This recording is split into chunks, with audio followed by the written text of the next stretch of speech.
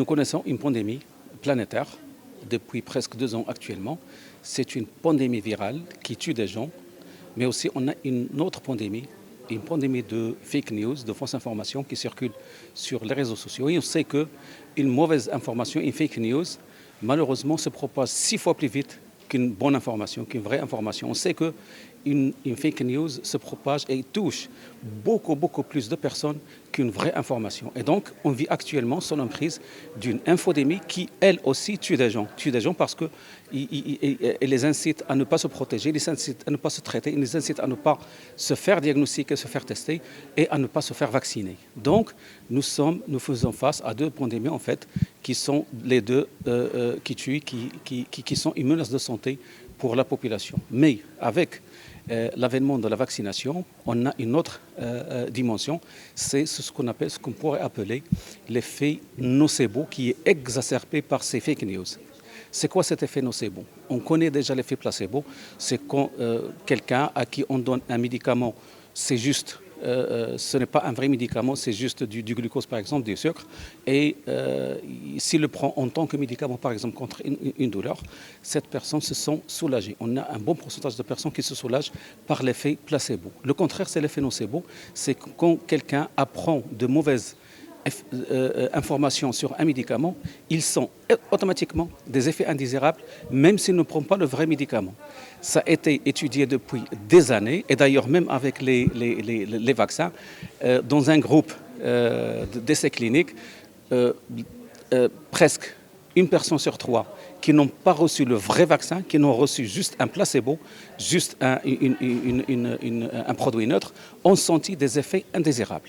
Donc c'est ce qu'on a fait l'effet nocebo. Maintenant, avec cette avalanche de fake news, cette avalanche de fausses informations sur les effets indésirables et sur la gravité, entre guillemets, présumée des vaccins, cet effet nocebo est exacerbé chez la population planétaire.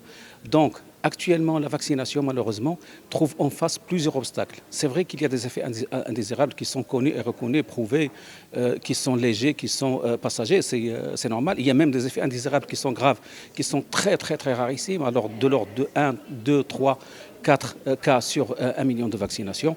Mais malheureusement, les gens qui ont peur, qui sont hésitants, se trouvent otages, ils se trouvent otages de ces informations, de cette infodémie de fake news sur les éventuels effets indésirables exacerbés par les réseaux sociaux. Et donc, c'est cette infodémie sur les effets indésirables des vaccins, malheureusement, exacerbe cet effet nocebo. C'est pourquoi on dit que maintenant, cet effet nocebo, ce qui est un effet médical connu et reconnu, cet effet nocebo est un allié à l'infodémie pour exacerber la sensation des personnes vaccinées ou non encore vaccinées par des effets indésirables qui en fait n'existent pas.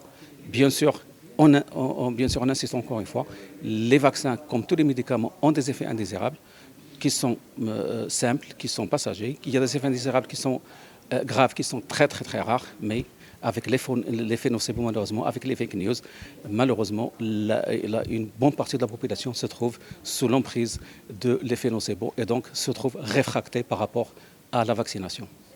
Donc pour faire face malheureusement à cette infodémie, pour faire face à cet effet nocebo, qu'est-ce qu'on fait face à la pandémie, la vraie pandémie virale? D'abord, on fait des mesures barrières.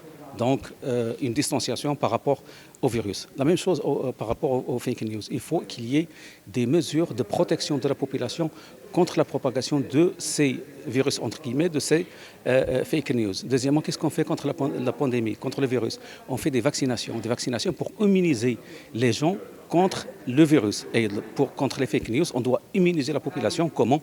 C'est de les informer, c'est d'être transparent avec la population, de donner plus d'informations, de donner toute l'information à la population pour sensibiliser la population pour qu'elle ait les armes nécessaires pour faire face à ces fausses informations. Donc il faut agir sur tout ceci, bien sûr, avec des mesures qui doivent être structurées, mais d'ailleurs ça c'est déjà fait au niveau des réseaux sociaux. Il y a une bataille contre ces fake news, mais c'est une bataille qui va continuer parce que le virus et la vraie pandémie continue, l'infodémie va continuer et il faut attaquer les deux en même temps.